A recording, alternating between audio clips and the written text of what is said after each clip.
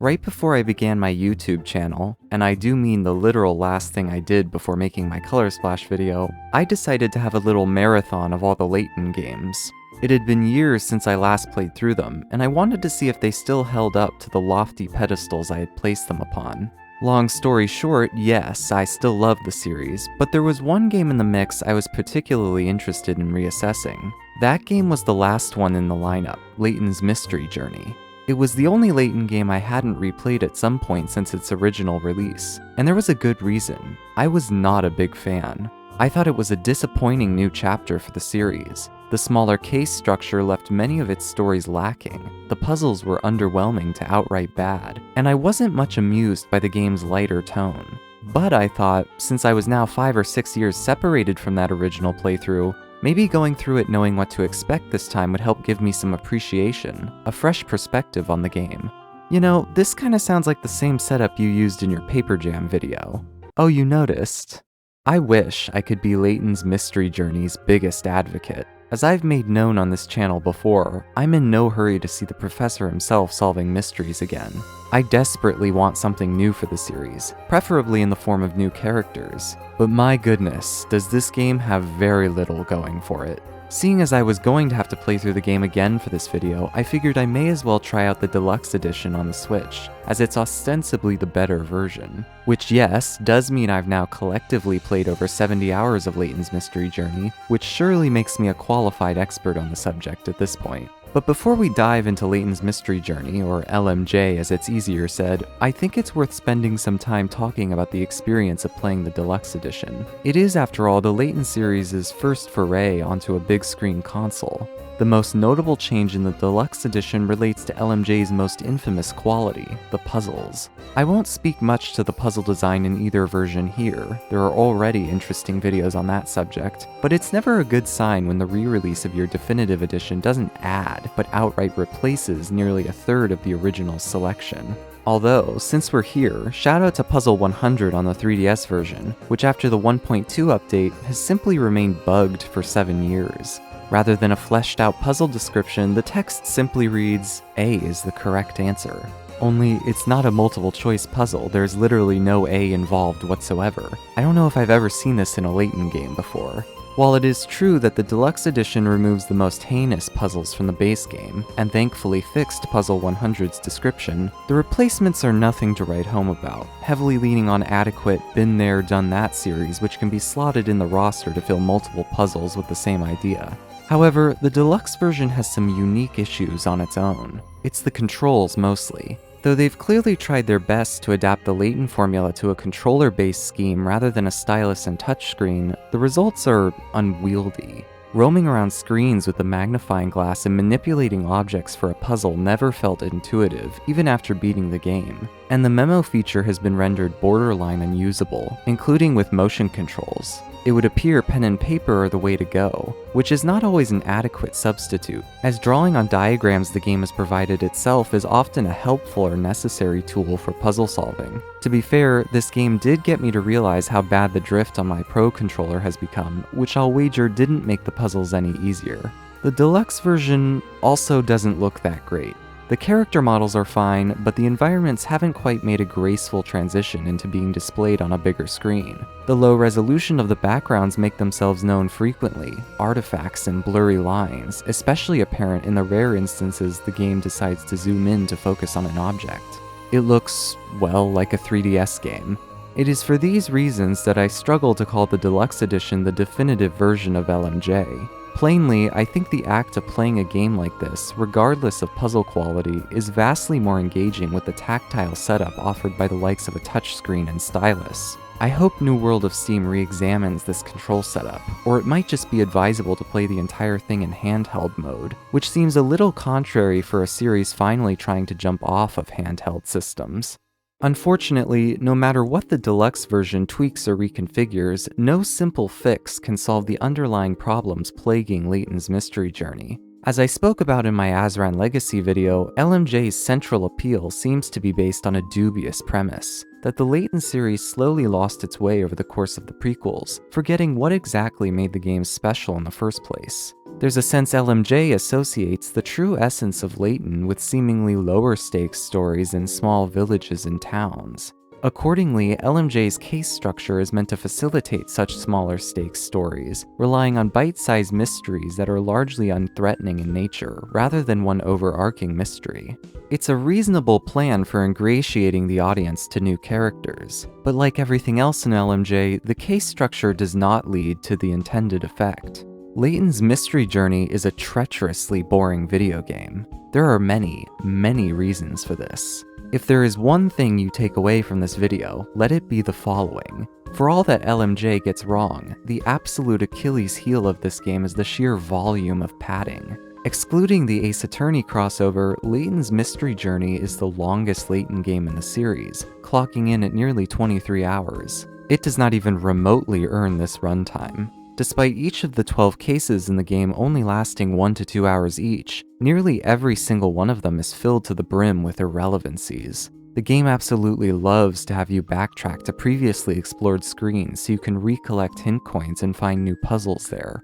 Counting the most excessive examples, you'll be exploring Chancer Lane 4 separate times across the 12 cases. River Thames and its associated areas also get 4 distinct visits, while Guildhall and Scotland Yard only get 3 visits each. Put more succinctly, of all the cases in the game, only cases 1, 3, 8, and 12 don't involve some form of backtracking, and case 1 is only included because it's the first time you're seeing Chancer Lane. At the other end of the spectrum, cases 9 and 11 both consist of nothing but previously visited locations.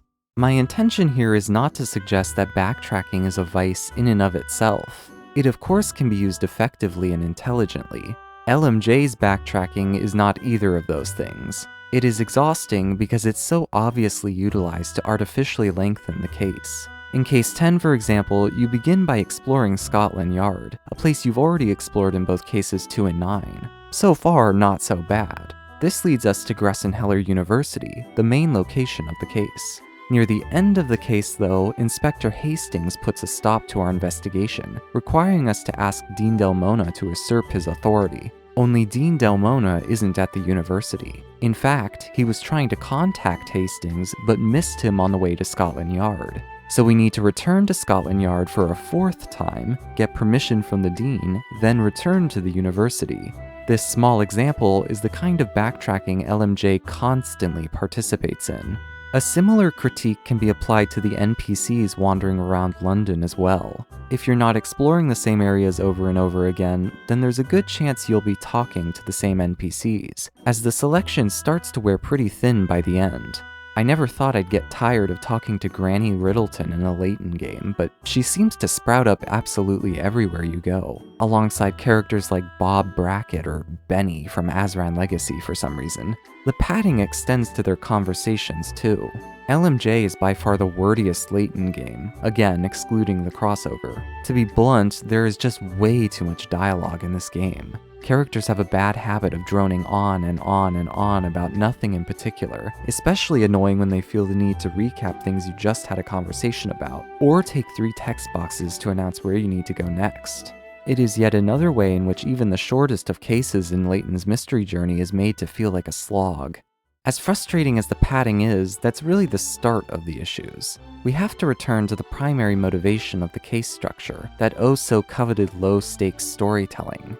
Playing through the first few cases, it quickly becomes clear that LMJ does not actually understand in what sense games like Curious Village or Diabolical Box or Last Spectre were low stakes. It's sort of a misnomer. The games were low stakes only in the sense that they pertained to a limited number of people. However, for the characters involved in these stories, the mysteries were anything but low stakes. They dealt with the very essence of these characters' lives, their futures and histories and wants and would-bes. The appeal of a Layton story is not that they're low stakes, it's that these low stakes narratives helped facilitate incredibly personal, high stakes character stories. This is the reason why crying at the end of a Layton game became one of the series' defining attributes. Meanwhile, LMJ seems to think that a low stakes story should mean absolutely nothing of consequences occurring. In case 3, the final scene of Rector's movie goes missing. What follows is supposed to be a story about a director selling out his creative vision to appeal to the masses, but the conflict is also theoretical. Other than a few vague lines of dialogue, there's little insight into the mind of Rector, who himself is a fairly one-note gimmick, and certainly no attempt to paint a portrait of a man who feels shackled by his own artistic endeavors. There's a suggestion that the stealing of the scene will lead to the ruin of both his career and the Savoy Theatre, but this threat never materializes in any tangible way as the case progresses. It's a story that doesn't evoke a whole lot of emotion, and as a result, it's hard to care about what's happening on the screen.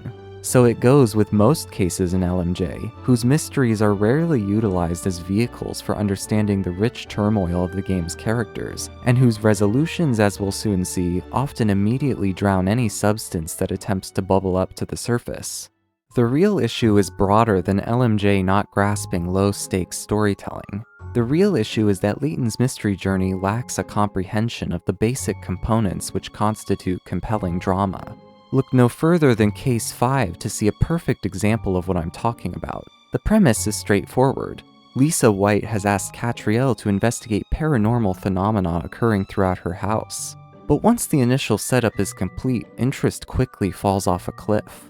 LMJ proceeds to engage in its characteristic padding, wherein instead of investigating the house ourselves, we leave the manor to walk streets we already explored in Case 4 so that random passersby can fill us in on the ghost sightings around the house we just left.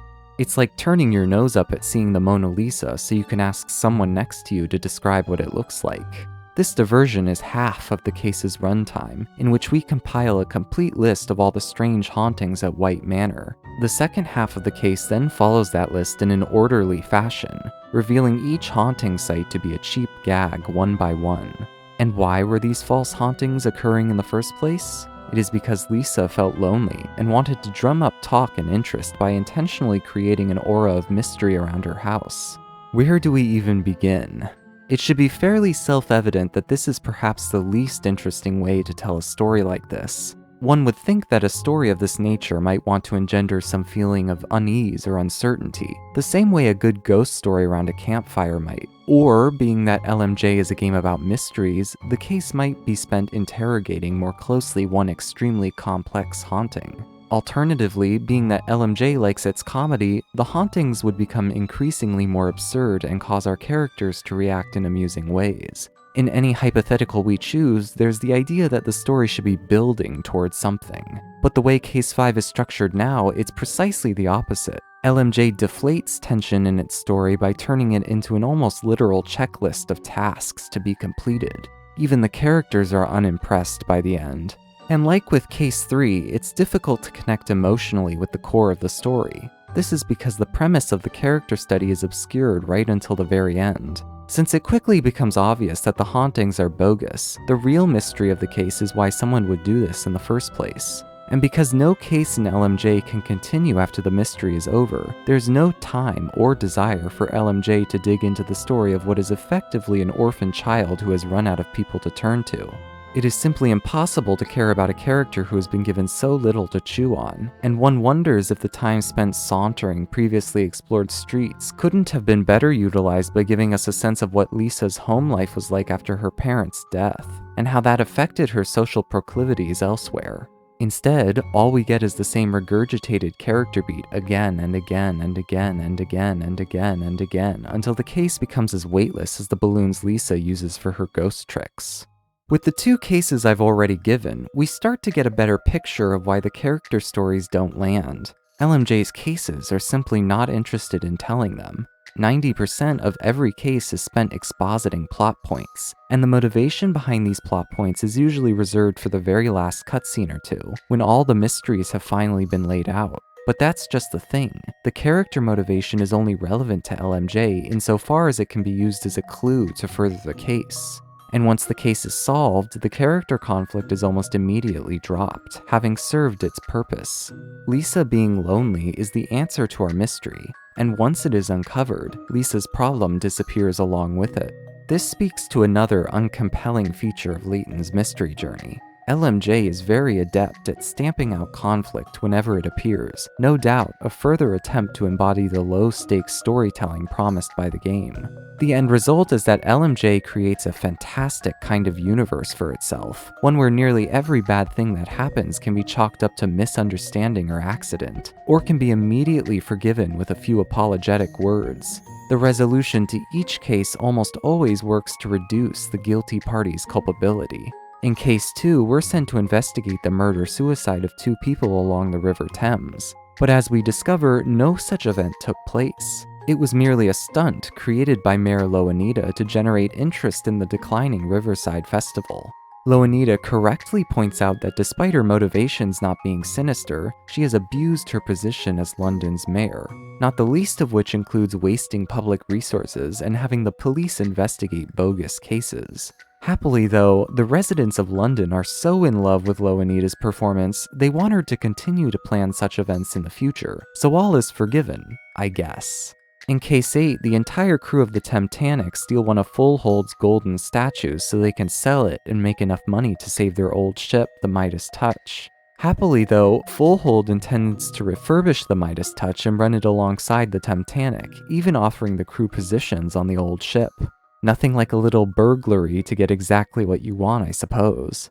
I could continue to list out the cases in which no one is actually at fault or will face no consequences, and rest assured we'll see plenty more examples before this video ends, but once you start to notice the pattern, it becomes yet another way in which LMJ deflates its own drama. No matter how interesting the setup to the case may be, it can always be assumed that the conflict is not really a conflict at all, but a series of unfortunate events which can be trivially resolved. It's worth pointing out that previous Layton games did not operate in this way. Part of what made Unwound Future and Miracle Mask memorable is that they were stories based on characters making intentional, often selfish choices. The reveals and plot twists that followed didn't reduce the drama, they enhanced it, by forcing the characters to make critical decisions about what they valued and what they wanted, often conflicting things. Again, Layton's stories are compelling because their mysteries are effective vehicles to explore the fallibility of the characters involved. To that end, I've emphasized before, and will continue to do so, that the strength of a Layton plot twist lies not in the amount of practical, logical sense it makes, but in how well it connects to the central ideas and themes of the game. But when LMJ de-emphasizes its characters and treats the solving of mysteries as an end in and of themselves, it shifts the weight far more to the former quality than the latter. That means these mysteries better be some airtight, well-constructed stuff. Alas, that's hardly what I'd call most of the mysteries in LMJ, which consist of a whole lot of bizarre red herrings and just plain nonsense. LMJ resorts to some pretty desperate tactics to stop you from guessing its incredibly obvious plot twists. Take Case 4 for example. This case involves tracking down Madame Dublay's missing pet Rex, presumably a cat. I don't know what it is with Layton games wanting us to track down cats, but here we are. At one point in the case, Dublay's maid shows a picture of Rex, a large portrait of a white-haired cat. Except the twist of the case is that Rex is an iguana, not a cat. We just assume that because of all the cat furniture lying about Dublay's house. So how does the game explain this portrait of Rex? Well, as it turns out, the maid was showing us Rex, because sitting on the table just beneath the portrait of a cat is another picture of an iguana, which the camera just neglected to show us. This is not even ridiculous in the way Layton plot twists are normally. This is just lying to our face so the game can pad out the mystery for the case's runtime. Or take Case 7. The mystery involves figuring out why the local hero Ratman disappeared from the streets 3 months ago. As we progress, the game heavily implies that foul play might have been involved in his disappearance. Entering into Bolin Hill, Catriel is presented with a threatening note. If you keep pursuing this case, you'll disappear just like Ratman did. Only, there is no foul play involved in this case. Ratman disappeared 3 months ago because Chance had a baby and wanted to retire his superhero antics to raise his child. The game doesn't ever come back to this letter, only offhandedly remarking in a menu that he didn't want her to reveal his identity, but it's clear the real reason this note exists is to try and trick the player into thinking Chance is Ratman's arch nemesis, regardless of how in or out of character the moment may be. And when LMJ doesn't squeeze in some questionable fake-out, the resolutions themselves are often eye-rolling. Remember Case 3 with the amateur director and stolen film? Well, it turns out no film was stolen at all. It was only removed because a bird pooped on it during showtime. Did a major minor poo on the film? A poo? Poo hit the all-important kiss scene. Bird poo. Poo! To be clear, I am in no way above some potty humor, but when it's the punchline to your hour-and-a-half long case, maybe we're starting to have some problems. LMJ's case structure was meant to facilitate low-stakes stories, but it doesn't matter how high or low the stakes are when each case is sluggishly constructed, filled with facile characters, conflicts which resolve in the most haphazard manner, and brazenly cheap misdirections that don't even manage to hide the thing they're misdirecting from. LMJ invents a new motto for the series, something rather ironic. The truth is always stranger than fiction, Catriel tells Cheryl, in the one Layton game where that's not true. We've been over many of the game's cases at this point. I'm sure you've seen it by now, even if you haven't consciously registered it. Another problem which is particularly heartbreaking for a Layton game.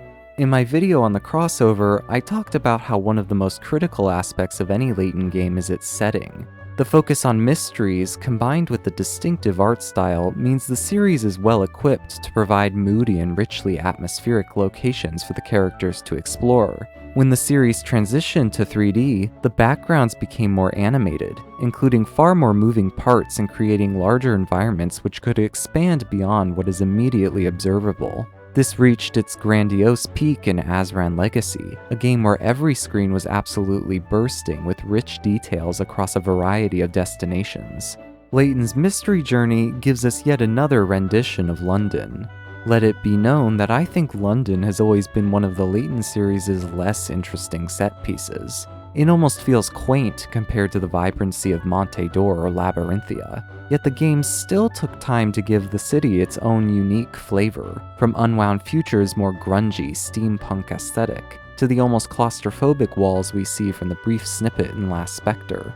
LMJ's unique flavor, then, is to make the city of London look as empty and sterile as humanly possible.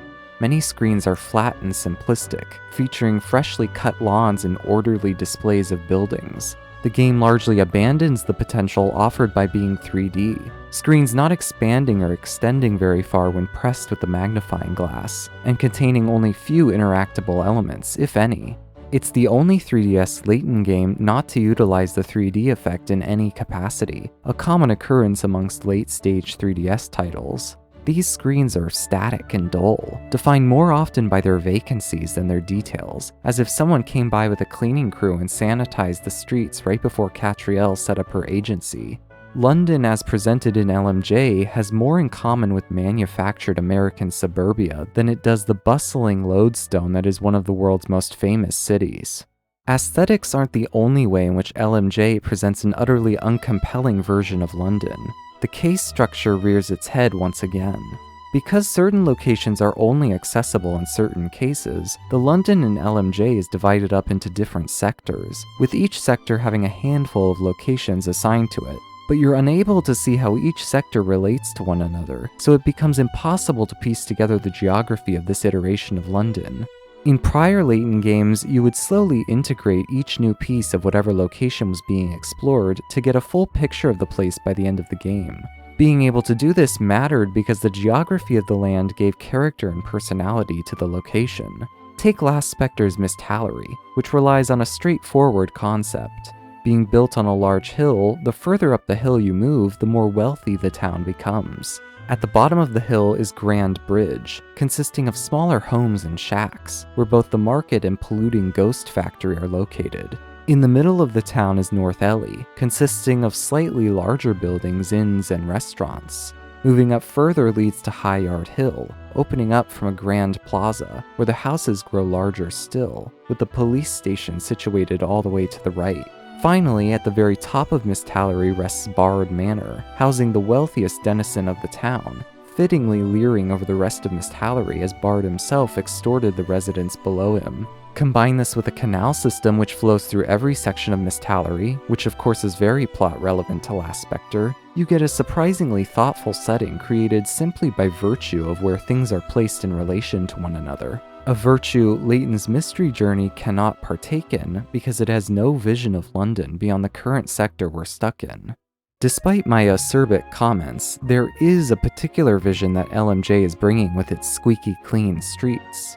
Much of the game is spent visiting and indulging ourselves at high-class venues, premier theaters, elegant mansions, ornate banks, and luxury cruise liners. This plus the Thames and the shopping center in Chancellor Lane stand in contrast to the dingy Bolin Hill, the game's singularly designated crime area. Compared to the prior Layton games where poking around the seedy parts of town was a regular task, oftentimes because the entire town was the seedy part of town, Layton's mystery journey positions itself as a sort of gentrified Professor Layton. Fittingly, Cat & Company spend most of their time palling around London's wealthiest multimillionaires. And if you thought LMJ's conflict resolution skills were fantastical, get ready for these characters. Quite frankly, the 7 Dragons of London are some of the most cartoonishly virtuous people you'll ever see in a game. No, scratch that. Probably in any story ever. LMJ never passes up an opportunity to lavish each of these multimillionaires in heaps of praise. Loanita was often at high society dues with her father. I must say she's managed the family affairs wonderfully since her father passed away. A credit to her name. She has a good heart, that girl. She wants the people of London to enjoy themselves, you see. Yes, I can see that her motives have merit. Your boss is a very shrewd businessman, obviously. Mr. Sloane's is the perfect example of a manager as far as I'm concerned. Until now, he's mainly focused on the financial sector, but I think he's intending to branch out into other areas from now on. Gosh, he really is a very impressive man. I know Fullman's a hard-nosed businessman and not everyone likes the man, but that's just one side of him. What I mean is, he has a good heart. When my company went under, not only did he take me on, but he took on all of my crew as well. As a result, we've all still got jobs, and jobs that we enjoy. He's a great man, he really is. Look, I'm not asking LMJ to give me a meditation on the nature of wealth and power, although the last case comes exceedingly close to breaching that topic. But what I do need are some characters with some sauce. And these guys, well, they are not it. The game goes on to painstakingly describe how the dragons collectively control the entire economy, political structures, and entertainment industry within the city, but has not a single cautionary word to say about them. In a game quite literally subtitled Catriel and the Millionaire's Conspiracy. I mean, I think it's perfectly reasonable to expect some subterfuge here. Of course, the Millionaire's Conspiracy in question is actually referring to an 8th multimillionaire, who was so philanthropic he gave away his entire fortune to the other 7 multimillionaires so that they might fully invest it into the well-being of London instead of being used to repay his personally approaching debts. Which, naturally, the dragons do, because they are perfect people. How lucky we all are that the person who runs London's largest newspaper has nothing but amiable intentions. What is happening? There isn't even a token villainous dragon, or at least a dragon with the tiniest, most minor conflict of interest at play. I mean, they're called dragons. What does the game think that means? This is like a kid's animated film having 7 CEOs as major characters, and not a single one of them wants to burn down the forest and kill all the animals for profit. It's not merely a matter of me thinking this game is being hilariously over the top in its doting of these characters. It's that their virtuous deeds and intentions are directly at odds with the stated perspectives of the dragons themselves. Many of my rivals wept because of me, but every man is the smith of his own fortune, a dog-eat-dog world, as they say. If there's one thing I've learned, it's that the stakes are always high in business. Success doesn't come for free. Listen, Cat, if you'd been in business as long as I have, you'd have more than a few skeletons in the closet, I'm sure. Consider Dublay's speech to Ernest near the end of the game. To unite and to help one another is a wonderful thing, yet the truth is treachery and betrayal are ever present. People compete, people cheat, and people deceive. In the end, only the winners of this world find happiness. My dear boy, you are quite naive. Believe in no one but yourself. This lesson is the basis of my enviable social status and my fortune. A gentleman once taught me, any means to an end if it serves your purpose. This is a villainous speech. It parrots a perspective the Layton series summarily rejected in Unwound Future.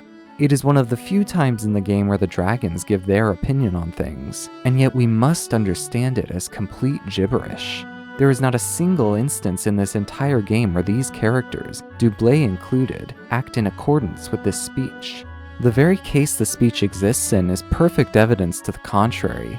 Ernest, whose parents died and whose inheritance was given away to the dragons, is hardly a winner in any sense of the word. So why is Dublé so carefree as to give him that inheritance in the end? It isn't actually rightfully his, as we learn. She should have no qualms about keeping the fortune all to herself. That is, after all, the basis of her enviable social status.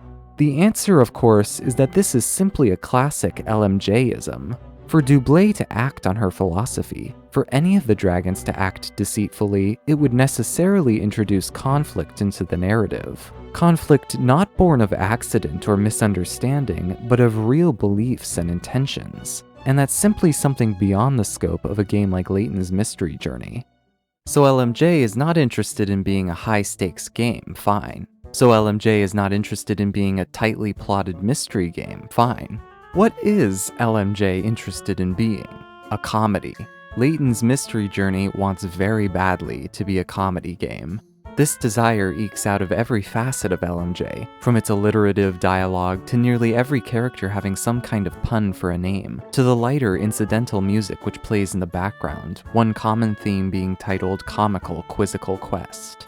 I have no objection with this aim. If anything, I think this is LMJ's most interesting angle of attack. Possibly even the avenue where the game could contribute the most to the series.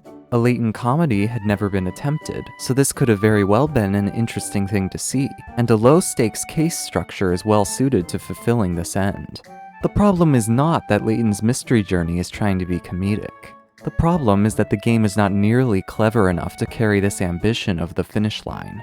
For a game this long to remain amusing, it demands a high quantity of good bits. But it's clear LMJ is experiencing some supply chain issues. It's the characters again. They're just too one-note to be entertaining for more than a conversation or two. After which, you can essentially predict how every interaction will go before it begins. Maybe it would be better if LMJ weren't so myopically focused on comedy at the expense of all else. Or maybe it would be better if LMJ were slightly more discerning about which jokes were cleared through to the center stage. But alas, LMJ's least funny bits end up hogging the spotlight. More unfortunately, the character problems and the least funny bits are intimately connected issues. I've gone long enough without talking about LMJ's main cast, because, oh boy. Cheryl is the straight dog of the story, constantly exasperated by the antics of the characters around him, and dispenser of a great many dog puns. Your mileage may vary on that front. I have little issue with Cheryl. It's the other two characters in our main trio I want to talk about. There's really no getting around it. Catriel is an obnoxious person, especially in the first half of LMJ. Though we spend the game helping people, it's never quite clear whether or not this is because Kat is interested in helping people, or she just likes what it might do for her. Cheryl's case is immediately dismissed when Hastings barges into the room, on account of the new case sounding a lot more interesting. In the next case, Catriel brainstorms all the ways in which Cheryl might work to earn his keep at the agency, unless he would prefer the street corner. Catriel really wants to solve the murder on the Thames to build a reputation for her agency. It's only when things make the headlines for whatever reason that people realize what they're missing. Much like how all these people are in the presence of a great detective at this very moment, but they have no idea. Indeed, if you're not at the top of Kat's immediate priorities, your issues can be blown off at a moment's notice. Food is often one of Kat's immediate priorities. In each of the first three cases, the investigation at some point gets completely derailed because Kat wants to have a snack or go shopping for new clothes. This is really endearing stuff, guys. It's not hard to figure out what the game is trying to do with Kat. One scene helpfully explains the intention. Stumble on? It sounds like you think it's just luck, Cheryl. Well, isn't it? Not at all. The truth is, Miss Layton makes logical but instinctive inferences. LMJ wants to construct Kat's philosophy as being driven by a combination of inference and instinct, and show the unique strength of such techniques in the face of pure empirical analysis. Only, LMJ does not do a very good job of demonstrating the potential of Kat's thinking. More often than not, it seems like Cheryl's assessment is the correct one, that Catriel only stumbles onto clues by happenstance rather than track them down herself. In case 3, it is only because Kat is hungry for some popcorn that we find out Seymour's bird is able to fly about the projector room and the location of the movie's editor. There was no inference nor instinct involved here, just hunger. None of what I've described thus far is a problem per se. The kind of abrasive behavior shown here could be the foundation for a solid character arc, whereby the Layton Detective Agency gains its reputation as Kat's intuitive analytics strengthen, and her callousness towards the people in her orbit lessens. LMJ comes scarily close to doing such a thing. In case 2, after exiting Guildhall, we're confronted by Emiliana, who has some rather strong words for Catriel. You're that so-called detective who thinks you solve cases with gut feelings and instinct, aren't you? Do I know you? I'm Emiliana Perfetti, forensic analyst and profiling expert. Unlike some people, I base my deductions on hard evidence, facts and figures. Well, that all sounds very impressive. I am not exaggerating when I say this is probably the most interesting scene in the entire game. That's not passive aggression either. The scene is interesting. It promises to put Catriel's point of view to the test, to see if she can really live up to the standards she rather arrogantly assumes she's already at. Emiliana is clearly being set up as the vector through which the game will challenge Catriel to grow. Wait a minute, what am I thinking? LMJ is a low-stakes comedy game. We can't be having any sort of challenging character material. Emiliana is never given the opportunity to one-up Kat. I'd say she's hardly given an opportunity to do much of anything, in fact. Emiliana simply vanishes for the rest of the second case, apart from one scene where she recaps the plot of the last hour and states that her profile is incomplete. This is such a weak first showing for what is supposed to be a rival character. But I may be assuming too much here. After the second case, Emiliana ceases to be a rival in any clear sense, quickly settling into a more tsundere-esque, I would never want to hang out with you, Catriel, blushes archetype. I can see how this choice furthers the comedy angle of the game, but what about some comedy and interesting characters on the side? No? Just me? I'm sort of lying. Emiliana is given exactly one moment to outsmart Kat in Case 11. Being the penultimate case, Case 11 shows Catriel fleeing a crime scene after she gets accused of murder. The residents she's met since opening her agency all help her escape. It's a few nice moments of goodwill to show how Kat has positively affected their lives. But she's stopped by Emiliana, who has built a strong enough profile of Kat to predict her every next move. In truth, though, this one moment of superiority is a subversion meant to reaffirm Kat. Emiliana misleads Britannius away from the case and allows Kat to prove her innocence, finally demonstrating faith in her methods. On paper, Case 11 is the perfect penultimate case, but it is built off of character arcs which never took place. LMJ did not meaningfully explore the differences between these two's investigative styles. That being said, is Case 11 a good case despite its lack of setup? Well, not really. Let's not forget the case itself is an hour-and-a-half-long goose chase around previously explored areas. So in the end, Emiliana is a missed opportunity both as a character unto herself and as a way to make Kat more interesting. There are brief moments where a more palatable vision for Kat is able to shine. Let's examine Case 6. This case deals with a supposed bank robbery. £100 million have been stolen from the central vault. The case does a surprisingly good job setting up the stakes. The manager of the bank, Miss Teller, seems expressly agitated. In her office, Teller predicts a swift exit for herself once the larceny is revealed to the public. It may not have been her fault, but someone's going to have to take the fall for this, and she knows who it'll be. It's a nice little scene, one that emphasizes the emotional impact of the incident rather than the dry plot details. After some more investigating, Kat makes a familiar type of suggestion. We should leave the bank. But this time, not for lunch, but because she believes the peculiar lack of evidence found within the bank might mean there was something strange on the outside instead.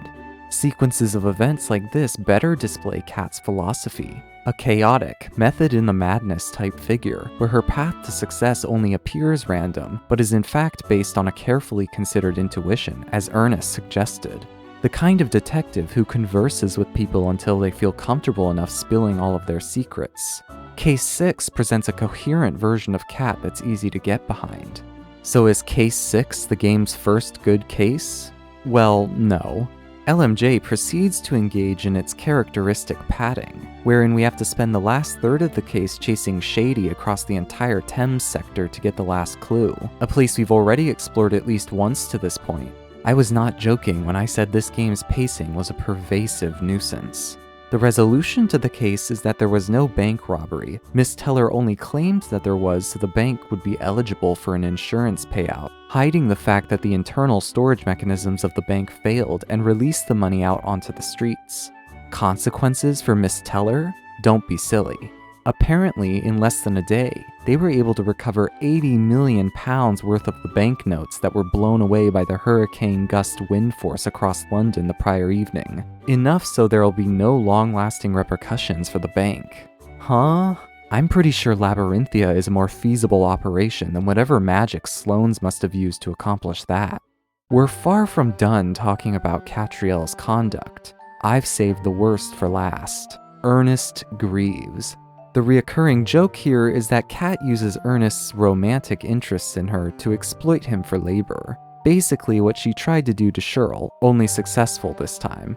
She uses him for advertising, she uses him for the phone, for everyday chores, she makes him run across bridges for no other reason than she knows he'll do it. Well, seeing as I don't pay you a salary, you're right. Being here isn't work for you. You don't pay him? Well, he said he didn't mind. He said he'd be my assistant anyway. But don't feel too bad just yet. Ernest Greaves has got to be one of the most grating characters I've seen in quite a long time. The joke with Ernest is that he loves Cat, and that's how we were thrust together, how the heavens conspire to make us meet. She was like the goddess of destiny in my eyes then. He will make his love known, in ways big and small and cloying and annoying. You're such a modern, forward-thinking woman, yet you still hold the old customs dear. You're an inspiration, miss. When the waiter asks for Catriel's order at the restaurant, he responds, golly, he's a little overfamiliar, isn't he? Upon welcoming us on a second visit, Ernest is quick to respond. I'm sure Miss Layton doesn't appreciate your overfamiliar tone. And when Ernest must question Catriel's behavior, you better believe he has the most exhaustingly charitable reading possible. When Cheryl questions why Cat isn't cleaning up her office, Ernest responds, No, Cheryl, that's not it. Miss Layton has a very good reason for not tidying up. It's Godwin's Day. When Cheryl grumbles about Ernest having to tidy up for Cat, he responds, She's not terrible at tidying at all. She tidies when she wants to tidy, but when she doesn't want to tidy, she doesn't. She's just being true to herself. I think you get the picture. I really cannot overemphasize how disastrous the characterizations for our main leads are. This is just such an unpleasant dynamic to be witness to for 20 plus hours. I'm not rooting for anyone in this situation. However, no discussion of Ernest Greaves is complete without discussing the final case, in which they basically decide to invent him a completely new character. We've already seen how the case structure as applied by LMJ fails to accomplish any of the goals the game set out with. But perhaps the most bizarre example is with LMJ's overarching story, or more accurately, the lack thereof. Remember how the full title of this game is Layton's Mystery Journey, Catriel and the Millionaire's Conspiracy?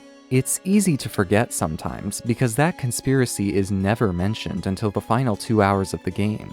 Not once. The game does frequently make it a point to mention that the dragons rose to fame and glory in only 10 short years, but unlike when a similar plot point appeared in Miracle Mask with the construction of Monte d'Or, this 10-year rise to power is treated as a point of exposition, not one of mystery. To summarize, the conspiracy is that Ernest is the son of that 8th millionaire, and he believes the dragons stole his father's wealth by illegally digging into the Richmond mines, leaving the rest of the family destitute. So Ernest concocts a revenge scheme to force the dragons into a game, where if they lose, and the intention is very much that they will lose, they must forfeit their entire fortunes. This overview should key us into why waiting until the final moments of the game to lay out this story is a problem. LMJ may be an episodic game, but this is something which would have naturally reared its head up throughout the game, particularly with respect to Ernest. We spend so much time interacting with and helping the dragons, and yet Ernest never seems to have a negative reaction, no resentment or exhaustion or cynicism directed their way. Surely Ernest would have some thoughts regarding Lisa, who also had to deal with being recently orphaned. A moment of empathy or connection, perhaps? It's very strange that LMJ would pass up on so many opportunities to develop an actual mystery here, a building sense of intrigue which could have acted as the binding thread for the game.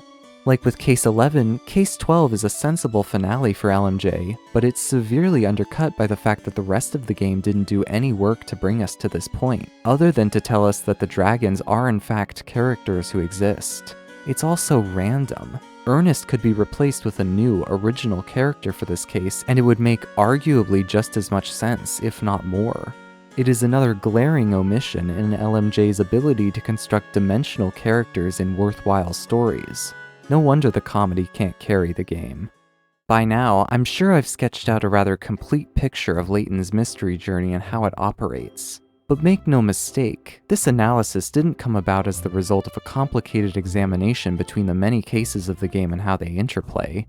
No, LMJ's less flattering features are almost immediately apparent within the first 2 hours. We only have to look at the very first case to see nearly every one of LMJ's bad habits make an appearance. Case 1 begins in earnest, not that Ernest. The clock hands of the Big Ben have gone missing, and it's up to Cat to find them before London embarrasses itself in front of incoming diplomats. All in all, this is a pretty decent setup for a first case. Stealing a giant clock hand is no small feat. What's less than decent is everything that comes next. After exploring some very bland screens of Parliament Garden, we get a scoop from DC Booker about a string of metal burglaries across the city, and as it happens, the clock hands are made of a metal that might catch a high price. Later, we learn about stolen cutlery from a nearby restaurant. Both are added as clues in Cat's case file, perhaps related to the motive of the crime? Absolutely not. LMJ is having another moment. Both the metal thief and the cutlery are red herrings. No, that's being too generous. They are completely unrelated to the incident, as admitted when looking at the file after completing the case. These clues are never utilized for some kind of purpose to the narrative, like to divert the characters away from the truth, which even the exasperating misdirect in Case 4 managed to do. In fact, these clues are never mentioned again until after the case is over. This is just superfluous gunk that could be substituted with any other equally superficial connection to the clock hands for exactly the same ends. The ends being literally nothing. To make matters worse, following our exploration of the clock room proper, LMJ proceeds to engage in its characteristic padding, wherein we leave the site of the crime to go to Chancellor Lane, because Cat wants to have a meal, some dessert, and then later check out the boutique shop nearby. Naturally, the plot bends to Catriel's whims, as clues related to the case just so happen to be located at the bakery she wants to visit. Then there's the ending, where it is revealed that the engineer working on the clock hand merely broke it, and had his brother bake up a wafer replica to put in its place before the real one was repaired. Only it melted in the rainstorm the previous night, leaving Big Ben missing a hand. There was no burglary at all. The entire situation was one big oopsie that can be easily remedied, ensuring the stakes of the situation remain nice and low. To be fair, this is a case where everyone getting off scot-free feels more plausible, and that's Case 1. I do have to clock hand it to LMJ. It does not try to hide what it is. If you're curious to see how you'll feel about this game for yourself, however you feel about the first case is, I think, a strong predictor of how you'll feel about the rest of the game. In my case, I can't say I was enthralled by what I was seeing. Ironically enough, Case 9 might be one of the best cases in the game, and that's because it doesn't feel the need to hide behind silly red herrings or worry about culprits.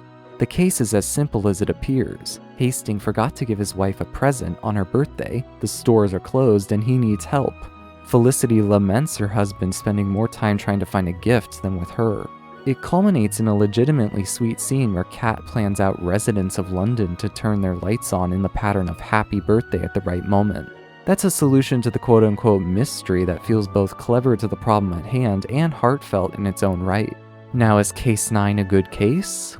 Well, if you try to ignore the hour and a half of aimless wandering that takes place between these two pleasant scenes, then sure. But Case 9 is low stakes in a way that actually works, because it's able to stir up an authentic emotion other than annoyance. I wonder if the case not being a mystery in the traditional sense is the key to its success. I have talked about Layton's mystery journey for far longer than I intended to. There's a reason though.